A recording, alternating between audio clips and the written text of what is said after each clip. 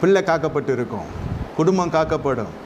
நீ வசனத்தை உயர்த்துக்கிறது இல்லை. இந்த மனுஷன் இப்படித்தான், இதான் அடையாளமாக இருக்கணும். பட்டயத்தை உயர்த்துக்கிற மனுஷன் அவன், ஆவியின் பட்டயமாக வசனத்தை உயர்த்துக்கிற மனுஷன் அவன், தேவ சுத்தம் பார்க்குற மனுஷன், தேவனுடைய வார்த்தைக்கு முக்கியத்துவம் கொடுக்குற மனுஷன், தேவனுடைய ஆவியை பெற்ற மனுஷன். அடுத்து பொருளாதாரம் செல்லுபடி ஆகாது, தெய்வ தாட்சியம் செல்லுபடி ஆகாது, அவன் உபவாசு முடிவெடுக்கிற மனுஷன். அப்படி இருக்க வேண்டும். இங்கே ஆராதனை என்பது என்ன? கர்த்தர் அப்படிப்பட்ட தெய்வமாக கர்த்தர் அப்படி இல்லைன்னா புறா குச்சிகளையும் காட்டு புறாக்களையும் கொண்டு வான்ட்டு சொல்லியிருக்க மாட்டார். இங்கே பட்சிகளை